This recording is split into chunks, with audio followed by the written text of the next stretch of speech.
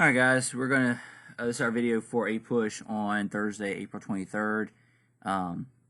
We're picking up in the middle of the Spanish-American War here, so we're looking at imperialism. We just capped off the end of the Spanish-American War yesterday. Despite the Teller Amendment, in which the United States claimed it would not annex Cuba after Spain's departure from the island in 1898, U.S. troops remained in Cuba for another few years. In 1901, Cuba was compelled to include a series of provisions in its new constitution.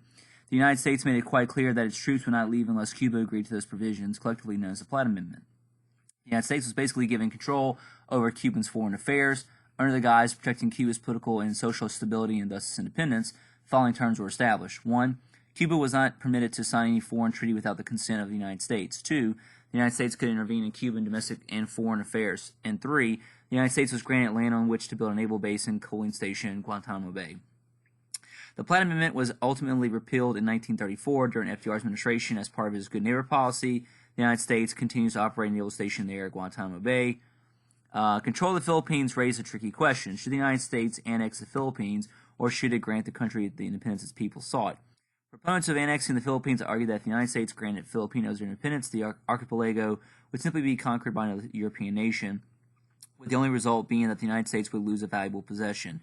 Perhaps most compelling and certainly the best known rationale for the U.S. annexation of the Philippine Islands was belief that the United States had a moral obligation to Christianize and civilize the Filipinos, who are already overwhelmingly Christian, albeit Catholic, which didn't count for some Protestant imperialists, and prefer to achieve civilization in their own way. The notion that people not of European extraction were unfit to rule themselves came to be known as the white man's burden, from the title of a poem written by Rudyard Kipling in response to the United States annexation of the Philippines. Opponents felt that the United States should promote independence and promote democracy, both notable national traditions. To control the Philippines, they argued, would make the United States no better than the British tyrants that they overthrew in the Revolutionary War. In the end, the Senate voted to annex the Philippines. Filipino nationalists responded by waging a guerrilla war against the United States. Although the United States eventually gained control of the country, the Philippines remained a source of controversy for decades. The United States granted the Philippines independence in 1946. As the United States acquired an overseas empire, a fundamental question arose as to the legal status of the native population living in these territories.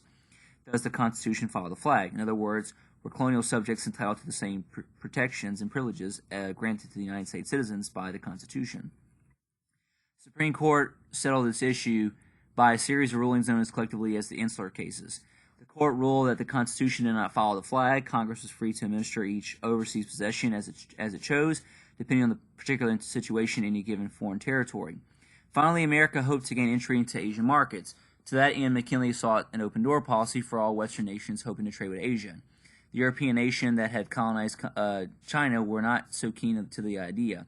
To their way of thinking, they fought for those markets and planned to keep them. When the Chinese nationalists known as the Boxers rose against European imperialism and besieged the Beijing legation quarter, the United States sent troops to help suppress the rebels. In return, Germany, France, and England grew more receptive to Americans' foreign policy objectives. American imperialism would continue through Theodore Roosevelt's administration. We'll discuss that period in the next chapter. So that's going to wrap up the rest of Packet 6. We're going to now progress over to Packet 7. And I guess we'll go ahead and stop the video there. I'm going to make the next video kind of longer because I didn't have it pulled up. Thought we had a little more time on this packet. So I'll pull the next packet up and we'll go into video 2.